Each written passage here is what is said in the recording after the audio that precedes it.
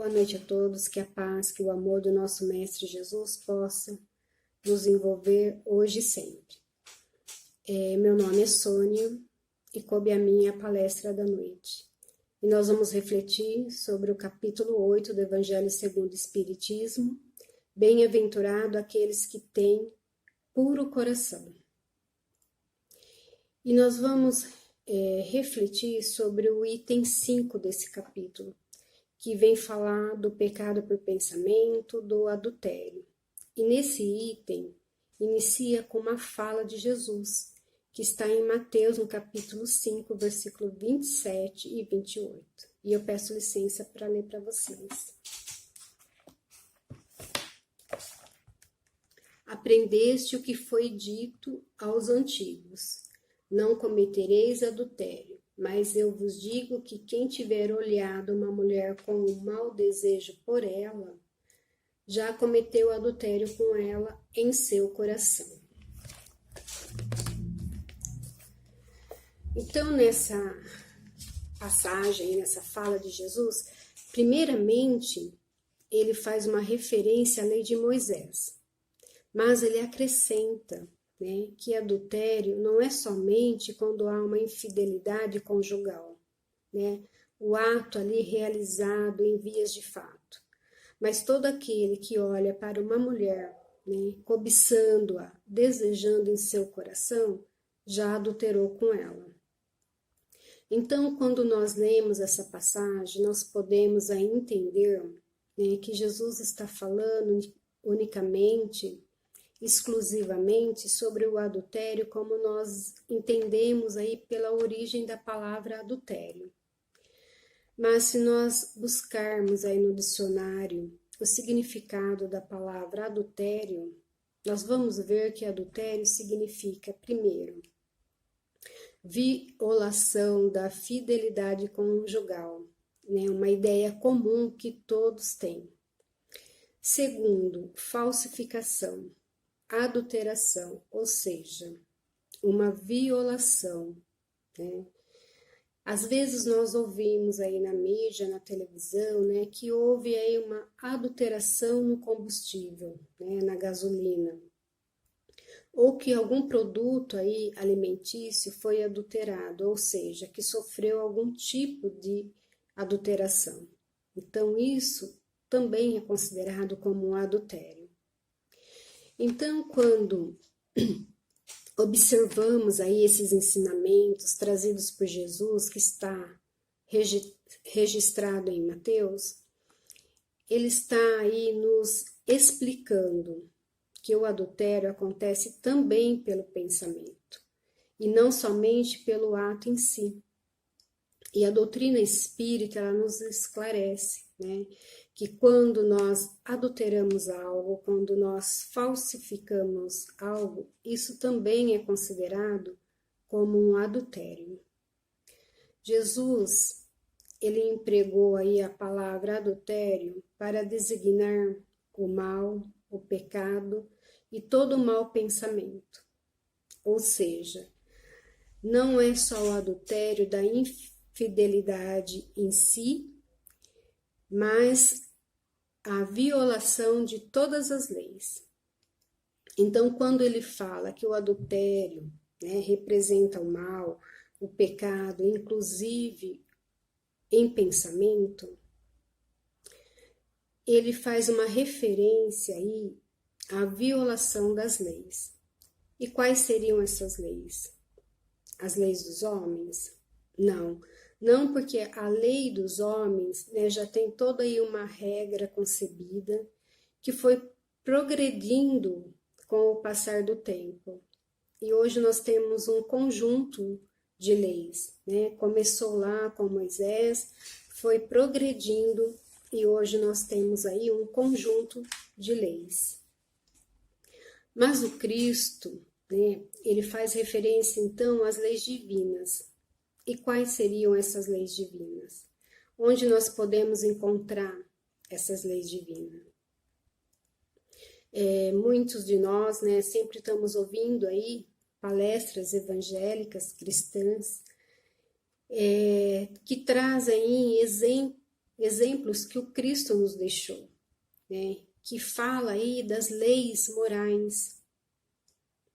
Mas aqueles que quiserem compreender melhor, né, basta aí consultar os livros dos Espíritos, né? E nesse livro, no livro dos Espíritos, ele é dividido em várias partes. E no livro terceiro, ele vem nos falar das leis morais, onde lá nós temos a lei divina natural, a lei da adoração, a lei do trabalho, a lei da reprodução, a lei da conservação, a lei da destruição, a lei de sociedade, a lei do progresso, a lei da igualdade, a lei da liberdade, a lei da justiça, amor e caridade. Então, ao todo, são 11 leis. Então, quando Jesus ele fala, né, que o adultério representa o mal, o pecado e o mau pensamento, ele se refere à infração dessas leis naturais, dessas leis morais. E se queremos saber se aquilo que nós estamos fazendo é o certo, é o correto, precisamos primeiro saber o que é o certo. Então, nós precisamos aí estudar, entender quais são essas leis. Mas muitos de nós vai dizer, né? Eu não tenho tempo, eu não gosto de ler, eu não gosto de estudar. Mas precisamos ao menos ter uma em nossa mente, que é a lei do amor, da caridade e justiça, que, resumindo, significa que nós devemos fazer para as outras pessoas aquilo que nós gostaríamos que elas fizessem para nós, ou que não devemos fazer para os outros aquilo que não gostaríamos que os outros nos fizessem. E isso está na nossa consciência. E aí, dentro desse capítulo, aí, dando continuidade, tem uma outra fala de Jesus, né, que está em Marcos, no capítulo 8, no versículo 33, que eu peço licença para ler mais um trechinho aí para vocês. Porque se alguém se envergonhar de mim e de minhas palavras entre essa raça adúltera e pecadora, o Filho do Homem se envergonhará também dele quando vier acompanhado dos santos anjos na glória de seu Pai. Então, nessa fala, Jesus ele amplia ali esse conceito de adultério para todo tipo de mal, e mais, ele coloca todos nós como pecadores, como adúlteros, ou seja, que somos ainda pessoas que cometemos erros. Mas se nós olharmos, né, para aquela época lá de trás, né, e compararmos com o presente, nós vamos ver, vamos perceber que nós já evoluímos muito, né, que nós já melhoramos muito aí a nossa condição. Porém, ainda nós cometemos atos maus, né? Ainda falamos da vida alheia, muitas vezes retribuímos aí alguma maldade. Quando somos fechados no trânsito, nós xingamos. Então, ainda nós temos alguns deslizes. E se não praticamos, nós pensamos. Por isso é que nós fazemos parte dessa geração adúltera e pecadora. Quando Jesus diz, né, porque se alguém se envergonhar de mim e de minhas palavras entre essa raça adúltera e pecadora, o Filho do Homem se envergonhará também dele quando vier acompanhado dos santos anjos na glória de seu Pai. E por que, né, Jesus nos fala assim? Porque Jesus, ele veio a esse mundo com um único objetivo: mostrar para nós o caminho da verdadeira felicidade. Mais que mostrar, né, ele falou qual o verdadeiro caminho. Ele exemplificou para nós. Então, tudo que ele fez foi para mostrar para nós como nós devemos agir. E ele deixou para nós um código, né? E esse código é o seu evangelho, onde tem ali palavras dele que nos orienta como deve ser aí a nossa conduta. Então, esse código de conduta moral, né, mantém todas as informações que podem nos ajudar a sofrer menos. Não que nós não vamos passar por dificuldades, não que nós não vamos passar por aflições, mas nós vamos ter aí uma preparação moral para enfrentarmos aí as nossas dificuldades com dignidade, honrando aí os nossos compromissos. Porque a cada dificuldade que vencemos, a cada dificuldade vencida, nada mais é de que um débito que nós estamos pagando por algo que nós cometemos. E se não foi nessa vida, pode ter sido aí de vidas passadas. Então, esse código, né, ele nos auxilia aí a enfrentar as nossas lutas, as nossas dificuldades, com mais sabedoria, com mais amor, com mais bondade, com mais justiça.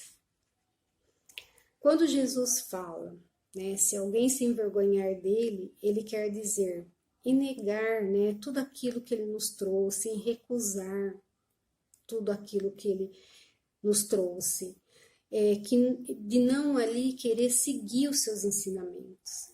Então, ele vai se envergonhar também diante do Pai.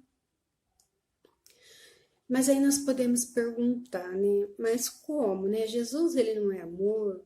Jesus não é bom? Né? Como que ele vai se envergonhar de nós? Como que ele não vai advogar por nós perante o Pai? Mas Jesus, ele é bom sim, e ele é sábio, né? Imagina que nós temos aí um filho, e nós matriculamos ele na escola. Aí vai, primeiro, segundo ano, terceiro, e um determinado ano nosso filho é reprovado. E aí nós vamos lá na escola e pedimos para que passe o nosso filho. E isso não é certo, isso não é o correto. Porque lá na frente, em algum momento, aquilo que ele deixou de aprender vai fazer falta para ele.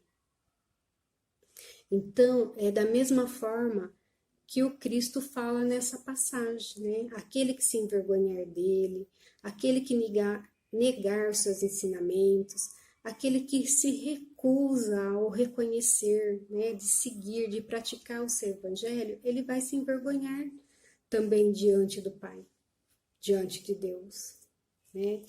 Não que ele vai se envergonhar aí no sentido, né, que quer dizer a palavra, né? No sentido, mas seria aí no sentido de que não adianta ele interceder por nós junto a Deus, né? Por quê? Porque em algum momento, em determinado momento, vai nos fazer falta. Então nós temos que seguir aí etapas por etapas, passo a passo a nossa caminhada, para que possamos crescer, para que possamos evoluir. E uma das leis, né, que está no livro dos Espíritos é a lei do progresso. Então, todos nós temos que progredir, cedo ou tarde, cada um a seu tempo. Não adianta, né, nós queremos apressar as coisas. Todos nós teremos que vivenciar aquilo que for necessário para a nossa evolução. Então, não adianta nós queremos colocar o carro na frente dos bois, porque em algum momento vai dar errado. A verdadeira pureza, né, ela não está ali apenas nos atos, mas também nos pensamentos. Pois aquele que tem o coração puro nem sequer pensa no mal. Foi isso que Jesus quis dizer, né, condenando o pecado mesmo em pensamento. Porque aí é um sinal de impureza. Ou seja, Jesus nos fala que a má conduta não está somente no ato em si, mas também na intenção, no pensamento. Podemos até não falar mal, né, do outro, do nosso próximo, podemos até não julgar, mas a partir do momento em que nós pensamos, nós já estamos infringindo a lei. E bem-aventurado é aquele, né, que nem sequer pensa no mal. E o capítulo de hoje, ele vem nos falar, né? Bem-aventurados os puros de coração, nos ensinando aí a trabalhar os nossos sentimentos, eliminando todo o nosso mau pensamento, todos os nossos sentimentos negativos que ainda existem aí no nosso coração, para não falharmos. Então, nós vemos aí a importância em combater todo o princípio de mau pensamento, né, de pensamento negativo contra os nossos irmãos, porque isso vai prejudicar a nós mesmos, atrapalhando o nosso progresso, atrapalhando a nossa evolução. Então, da mesma forma que aquele que cometeu um ato ruim terá que pagar em algum momento, né, terá que quitar a sua dívida, aquele que pensa, né, aquele que sente, também terá que quitar essa dívida que contraiu. Às vezes nós ouvimos, né, que Deus pune ou que Jesus pune, mas não é assim. Deus, ele não pune, ele não julga, ele não critica, ele só avalia a situação, ele observa. E uma outra lei divina é a lei da liberdade, né? Então, onde nós temos aí o livre-arbítrio para fazer aquilo que nós queremos. Porém, nós temos uma outra lei, que é a lei da justiça, que invariavelmente ela vai acontecer. E a justiça divina, ela não falha jamais, né? Mas isso não quer dizer que Deus vai nos castigar. Pensamos, um exemplo, né? Uma pessoa que é diabética. Então, ela sabe que ela não pode comer doce, que ela não pode abusar no carboidrato porque vai virar açúcar, né? Então, ela tem toda uma orientação a ser seguida, mas aí ela vai e come o doce, né? Então, ela vai passar mal depois. Ou aquele que é hipertenso, que sabe que não pode aí abusar do sal, mas ele vai e abusa, e ele vai passar mal depois, né? Então, todo ato tem uma consequência, né? O fato de passar mal, né, faz parte da consequência do seu ato, né?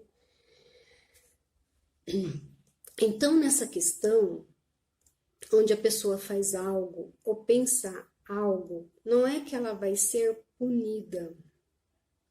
Na realidade, ela só vai colher aquilo que ela plantou. E no livro dos Espíritos, né, pergunta 833 a 835, Kardec, então, ele pergunta à espiritualidade superior, né, aos bons espíritos, sobre a liberdade do pensamento. E eles respondem, né, que o pensamento, que é pelo pensamento que o homem goza aí de uma liberdade sem limites, porque ele não conhece entraves. e que ele é responsável perante Deus. E só Deus, podendo conhecê-lo, condena ou absorve segundo a sua justiça. Então, isso quer dizer que o homem é dono exclusivamente do seu pensamento. No pensamento, ele pode fazer qualquer coisa. E a única pessoa que pode saber o que ele pensa, né, e avaliar é Deus. O único que consegue ter aí esse acesso. Então, a nós, né, não compete aí avaliar, a julgar nenhum dos nossos semelhantes. Lembremos que Jesus nos fala que nós somos uma geração adúltera, ou seja, uma geração que ainda cometemos erros. Então, nós não estamos em condição de julgar o nosso próximo, e nem o próximo de nos julgar. Todos nós temos defeitos e devemos nos ajudar uns aos outros, porque na lei do progresso, na lei de sociedade, isso é uma regra, né? Devemos ajudar no desenvolvimento uns dos outros. Divaldo Franco, em um vídeo, né, ele diz que quando nós nos amamos, nós buscamos o melhor para nós mesmos. E o que é melhor para nós? O melhor para nós é o Evangelho de Jesus, onde está o código de conduta moral, nos orientando de como devemos agir em cada situação. Então, se queremos o melhor para nós temos que buscar seguir os seus passos, né? Os passos que Jesus nos deixou. E à medida que nós vamos fazendo isso, nós vamos nos melhorando. Então, isso é um ato de amor próprio. Uma boa noite a todos e muito obrigado pela oportunidade.